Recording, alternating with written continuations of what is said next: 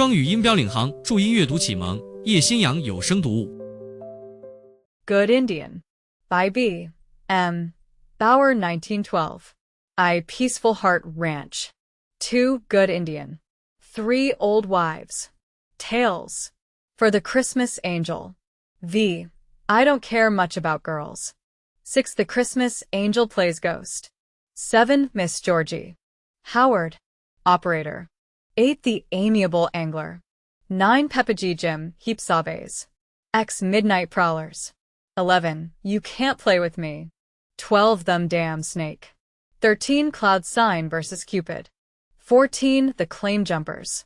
15. Squadhawk Faro FF, Heap Smart. 16. Don't Get Excited. 17. A Little Target Practice. 18. A Shot from the Rimrock. 19. Evadna Goes Calling. XX Miss Georgie also makes a call. 21. Somebody Shot Saunders. 22. A Bit of Paper. 23. The Malice of a Squaw. 24. Peaceful Return. XXV. I'd just as soon hang for 9 men as for 1. 26. When the sun goes away. 27. Life adjusts itself again to small things. Chapter 1. Peaceful Heart Ranch. It was somewhere in the 70s when old Peaceful Heart woke to a realization that gold hunting and lumbago do not take kindly to one another, and the fact that his pipe and dim-eyed meditation appealed to him more keenly than did his prospector's pick and shovel and pan seemed to imply that he was growing old. He was a silent man, by occupation and by nature, so he said nothing about it, but, like the wild things of prairie and wood, instinctively began preparing for the winter of his life. Where he had lately been washing tentatively the sand along Snake River, he built a ranch. His prospector's tools he used in digging ditches to irrigate his new-made meadows. And his mining days he lived over again only in halting recital to his sons when they clamored for details of the old days when Indians were not mere untidy neighbors to be gossiped with and fed, but enemies to be fought. Upon occasion, they felt that fate had cheated them, did those 5 sons. For they had been born a few years too late for the fun. Not one of them would ever have earned the title of peaceful, as had his father. Nature had played a joke upon old Peaceful Heart, for he, the mildest-mannered man who ever helped to tame the West when it really needed taming, had somehow fathered 5 riotous young males to whom fight meant fun, and the fiercer, the funnier. He used to suck at his old, straight-stemmed pipe and regard them with a bewildered curiosity sometimes. But he never tried to put his puzzlement into speech. The nearest he ever came to elucidation, perhaps, was when he turned from them and let his pale blue eyes dwell speculatively upon the face of his wife, Phoebe. Clearly he considered that she was responsible for their dispositions. The house stood cuddled against a rocky bluff so high it dwarfed the whole ranch to pygmy size when one gazed down from the rim, and so steep that one wondered how the huge, gray boulders managed to perch upon its side instead of rolling down and crushing the buildings to dust and fragments. Strangers used to keep a wary eye upon that bluff, as if they never felt quite safe from its menace. Coyotes skulked there, and tarantulas and bobcats and snakes. Once an outlaw hid there for days, within sight and hearing of the house, and stole bread from Phoebe's pantry at night, but that is a story in itself. A great spring gurgled out from under a huge boulder just behind the house, and over it Peaceful had built a stone milk house, where Phoebe spent long hours in cool retirement on churning day, and where one went to beg good things to eat and to drink. There was fruit cake always hidden away in stone jars, and cheese, and buttermilk, and cream. Peaceful Heart must have had a streak of poetry somewhere hidden away in his silent soul. He built a pond against the bluff, hollowed it out from the sand he had once washed for traces of gold, and let the big spring fill it full and seek an outlet at the far end, where it slid away under a little stone bridge. He planted the pond with rainbow trout, and on the margin a rampart of Lombardy poplars, which grew and grew until they threatened to reach up and tear ragged holes in the drifting clouds. Their slender shadows lay, like gigantic fingers, far up the bluff when the sun sank low in the afternoon. Behind them grew a small jungle of trees catalpa, and locust among them a jungle which surrounded the house, and in summer hid it from sight entirely, with a spring creek whispering through the grove, and away to where it was defiled by trampling hoofs in the corrals and pastures beyond, and with the roses which Phoebe Hart kept abloom until the frosts came, and the bees and hummingbirds which somehow found their way across the parched sagebrush plains and foregathered there. Peaceful Heart's ranch betrayed his secret longing for girls, as if he had unconsciously planned it for the daughters he had been denied. It was an ideal place for hammocks and romance, a place where dainty maidens might dream their way to womanhood. And Peaceful Heart, when all was done, grew old watching 5 full-blooded boys clicking their heels unromantically together as they roosted upon the porch, and threw cigarette stubs at the water lilies while they wrangled amiably over the merits of their mounts, saw them drag their blankets out into the broody dusk of the grove when the nights were hot, and heard their muffled swearing under their tarps because of the mosquitoes which kept the night air twanging like a stricken harp string with their song. They liked the place well enough. There were plenty of shady places to lie and smoke in when the mercury went sizzling up its tiny tube. Sometimes, when there was a dance, they would choose the best of Phoebe's roses to decorate their horses' bridles, and perhaps their hatbands.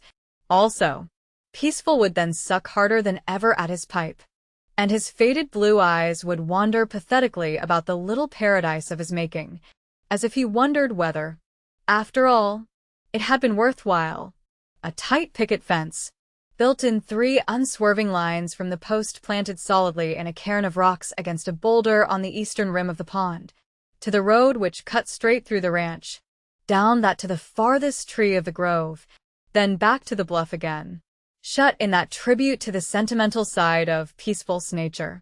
Outside the fence dwelt sturdier Western realities. Once the gates swung shut upon the grove, one blinked in the garish sunlight of the plains. There began the real ranch world. There was the pile of sagebrush fuel, all twisted and gray, pungent as a bottle of spilled liniment, where braided, blanketed bucks were sometimes prevailed upon to labor desultorily with an axe in hope of being rewarded with fruit new gathered from the orchard, or a place at Phoebe's long table in the great kitchen. There was the stone blacksmith shop, where the boys sweated over the nice adjustment of shoes upon the feet of fighting, wild-eyed horses, which afterward would furnish a spectacle of unseemly behavior under the saddle. Farther away were the long stable, the corrals where bronco taming was simply so much work to be performed, hayfields, an orchard or two, then rocks and sand and sage which grayed the earth to the very skyline. A glint of slithering green showed where the snake hugged the bluff a mile away, and a brown trail, ankle-deep in dust, stretched straight out to the west, and then lost itself unexpectedly behind a sharp, jutting point of rocks where the bluff had thrust out a rugged finger into the valley. By devious turnings and breathtaking climbs, the trail finally reached the top at the only point for miles, where it was possible for a horseman to pass up or down. Then began the desert, a great stretch of unlovely sage and lava rock and sand for mile upon mile, to where the distant mountain ridges reached out and halted peremptorily the ugly sweep of it. The railroad gashed it boldly, after the manner of the iron trail of modern industry, but the trails of the desert dwellers wound through it diffidently, avoiding the rough crust of lava rock where they might, dodging the most aggressive sagebrush and dipping tentatively into hollows, seeking always the easiest way to reach some remote settlement or ranch. Of the men who followed those trails, not one of them but could have ridden straight to the Peaceful Heart Ranch in black darkness, and there were few, indeed, white men or Indians, who could have ridden there at midnight and not been sure of blankets and a welcome to sweeten their sleep. Such was the Peaceful Heart Ranch, conjured from the sage and the sand in the Valley of the Snake. Chapter 2. Good Indian. There is a saying, and if it is not purely Western, it is at least purely American, that the only good Indian is a dead Indian. In the very teeth of that, and in spite of the fact that he was neither very good nor an Indian nor, in any sense dead, men called Grant Imson good Indian to his face. And if he resented the title, his resentment was never made manifest perhaps because he had grown up with the name. He rather liked it when he was a little fellow, and with custom had come to take it as a matter of course, because his paternal ancestry went back, and back to no one knows where among the race of blue eyes and fair skin. The Indians repudiated relationship with him, and called him white man, though they also spoke of him unthinkingly as good Injun, because old Wolf Belly himself would grudgingly admit under pressure that the mother of Grant had been the half-caste daughter of Wolf Belly's sister. White men remembered the taint when they were angry, and called him Injun, and because he stood thus between the two races of men, his exact social status a subject always open to argument, not even the fact that he was looked upon by the Harts as one of the family, with his own bed always ready for him in a corner of the big room set apart for the boys, and with a certain place at the table which was called his. Not even his assured position there could keep him from sometimes feeling quite alone, and perhaps a trifle bitter over his loneliness. Phoebe Hart had mothered him from the time when his father had sickened and died in her house, leaving Grant there with 12 years behind him, in his hands a dirty canvas bag of gold coins so heavy he could scarce lift it, which stood for the mining claim the old man had just sold, and the command to invest every one of the gold coins in schooling. Old John Imson was steeped in knowledge of the open. Nothing of the great outdoors had ever slipped past him and remained mysterious. Put when he sold his last claim others he had which promised little, and so did not count. He had signed his name with an X. Another had written the word John before that X, and the word Imson after, above, a word which he explained was his, and below the word Mark. John Imson had stared down suspiciously at the words, and he had not felt quite easy in his mind until the bag of gold coins was actually in his keeping. Also, he had been ashamed of that X. It was a simple thing to make with a pen, and yet he had only succeeded in making it look like two crooked sticks thrown down carelessly, one upon the other. His face had gone darkly red with the shame of it, and he had stood scowling down at the paper. That boy o' mine's going to do better than that, by God, he had sworn, and the words had sounded like a vow, when, 2 months after that, he had faced incredulously, as is the way with strong men, the fact that for him life was over, with nothing left to him save an hour or so of labored breath and a few muttered sentences. He did not forget that vow. He called Phoebe close to the bed, placed the bag of gold in Grant's trembling hands, and stared intently from one face to the other. "Miss Hart, he ain't got anybody. My folks I lost track of 'em years ago. You see to it get some learnin' in his head. When a man knows books it's like bein' heeled good gun plenty o' sietages in a fight. When I got that gold it was like fightin' with my bare hands against a Gatling gun. They coulda cheated me whole thing on paper. I wouldn't know luck, just luck they didn't. So you take it and get the boy Shulin. It costs money, I know that. Get him all it'll buy. Send him where they keep the best. Don't you let up let him whilst they's $1 left. Put it all into his head, then he can't lose it, and he can make it earn more. And I guess I needn't ask you be good to him. He ain't got anybody, not a soul. Injuns don't count. You see to it don't let up till it's all gone." Phoebe had taken him literally, and Grant, if he had little taste for the task, had learned books and other things not mentioned in the curriculums of the schools she sent him to, and when the bag was reported by Phoebe to be empty, he had returned with inward relief to the desultory life of the Hart Ranch and its immediate vicinity. His father would probably have been amazed to see how little difference that schooling made in the boy. The money had lasted long enough to take him through a preparatory school and into the second year of a college, and the only result apparent was speech a shade less slipshod than that of his fellows, and a vocabulary which permitted him to indulge in an amazing number of epithets and in colorful vituperation when the fancy seized him. He rode, hot and thirsty and tired, from Sage Hill one day, and found Hartley empty of interest. Hot as the trail he had just now left thankfully behind him, and so absolutely sleepy that it seemed likely to sink into the sage-clothed earth under the weight of its own dullness. Even the whiskey was so warm it burned like fire, and the beer he tried left upon his outraged palate the unhappy memory of insipid warmth and great bitterness.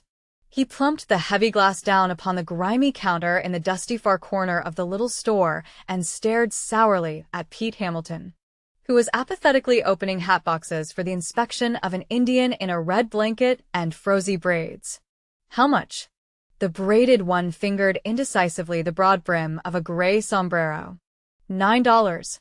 Pete leaned heavily against the shelves behind him and sighed with the weariness of mere living. "Huh. All same by one good hoss." The braided one dropped the hat, hitched his blanket over his shoulder in stoical disregard of the heat, and turned away. Pete replaced the cover, seemed about to place the box upon the shelf behind him, and then evidently decided that it was not worth the effort. He sighed again. "It is almighty hot," he mumbled languidly. "Want another drink?" "Good Injun." "I do not. Hot toddy never did appeal to me, my friend. If you weren't too lazy to give orders, Pete, you'd have cold beer for a day like this. You'd give Saunders something to do beside lie in the shade and tell what kind of a man he used to be before his lungs went to the bad. Put him to work.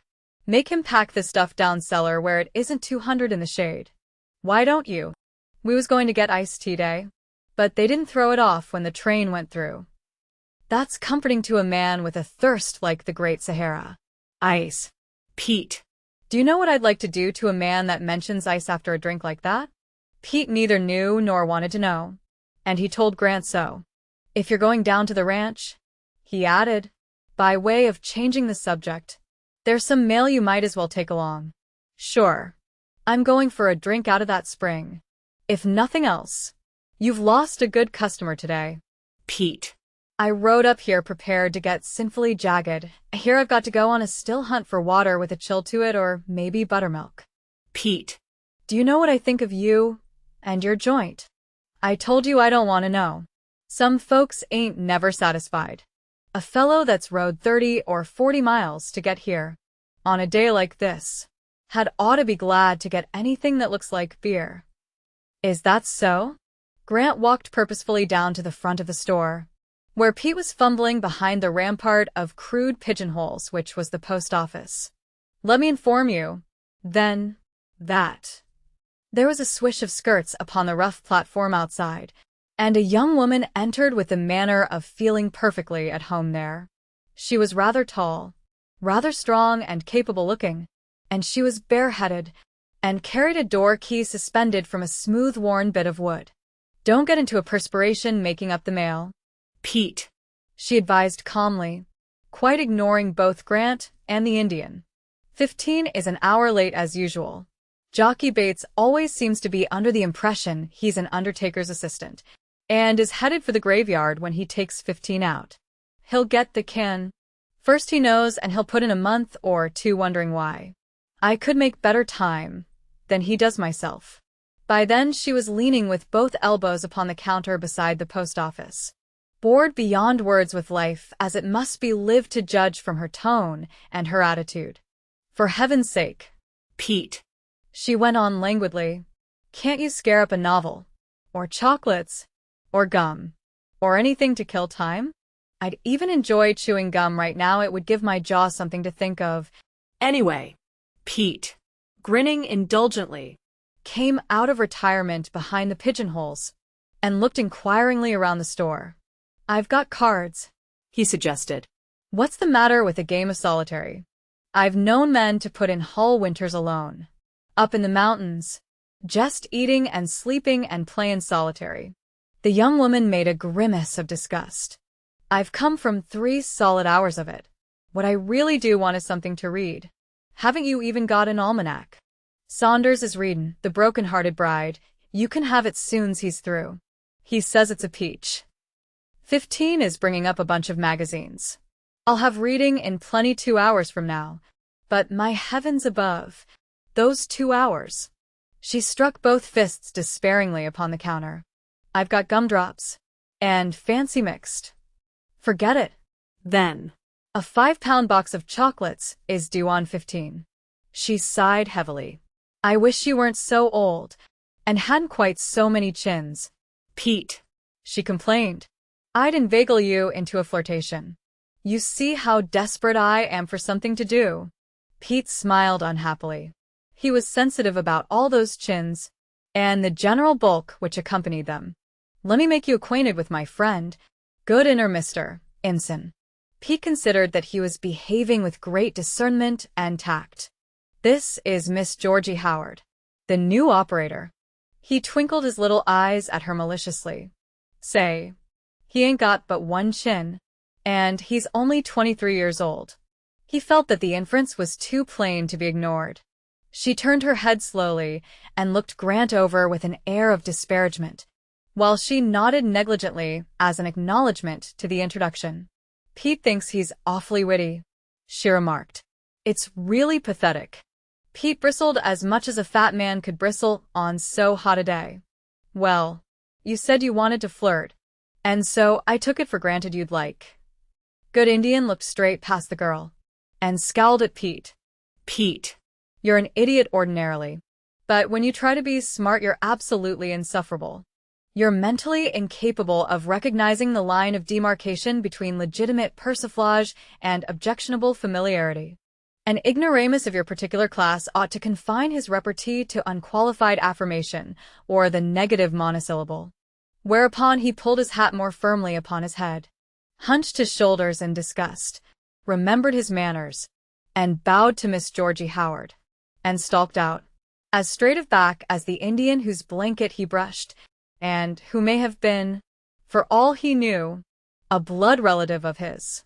I guess that ought to hold you for a while. Pete, Miss Georgie approved under her breath, and stared after Grant curiously. You're mentally incapable of recognizing the line of demarcation between legitimate persiflage and objectionable familiarity. I'll bet 2 bits you don't know what that means. Pete, But it hits you off exactly. Who is this Mr. Imson? She got no reply to that. indeed. She did not wait for a reply. Outside, things were happening and, since Miss Georgie was dying of dullness, she hailed the disturbance as a heaven-sent blessing and ran to see what was going on. Briefly, Grant had inadvertently stepped on a sleeping dog's paw, a dog of the mongrel breed which infests Indian camps, and which had attached itself to the blanketed buck inside. The dog awoke with a yelp, saw that it was a stranger who had perpetrated the outrage, and straightway fastened its teeth in the leg of Grant's trousers. Grant kicked it loose, and when it came at him again, he swore vengeance and mounted his horse in haste. He did not say a word. He even smiled while he uncoiled his rope, widened the loop, and, while the dog was circling warily and watching for another chance at him, dropped the loop neatly over its front quarters, and drew it tight. Saunders, a weak-lunged, bandy-legged individual, who was officially a general chore man for Pete, but who did little except lie in the shade, reading novels or gossiping, awoke then, And, having a reputation for tender-heartedness, waved his arms and called aloud in the name of peace. Turn him loose. I tell ya, a helpless critter like that you oughta be ashamed abusing dumb animals that can't fight back. oh, can't he? Grant laughed grimly. You turn that dog loose. Saunders became vehement, and paid the penalty of a paroxysm of coughing. You go to the devil. If you were an able-bodied man, I'd get you, too, just to have a pair of you, yelping, snapping curs, both of you. He played the dog as a fisherman plays a trout. That dog. Him Viney dog. Viney heap like 'em. You know kill 'em. Good Injun. The Indian, his arms folded in his blanket, stood upon the porch watching calmly the fun. Viney all time heap mad. You kill 'em. He added indifferently. Sure it isn't old Hagar's? No belong 'em Hagar belong 'em Viney. Viney heap like 'em. Grant hesitated, circling erratically with his victim close to the steps. All right. No kill 'em teach 'em lesson.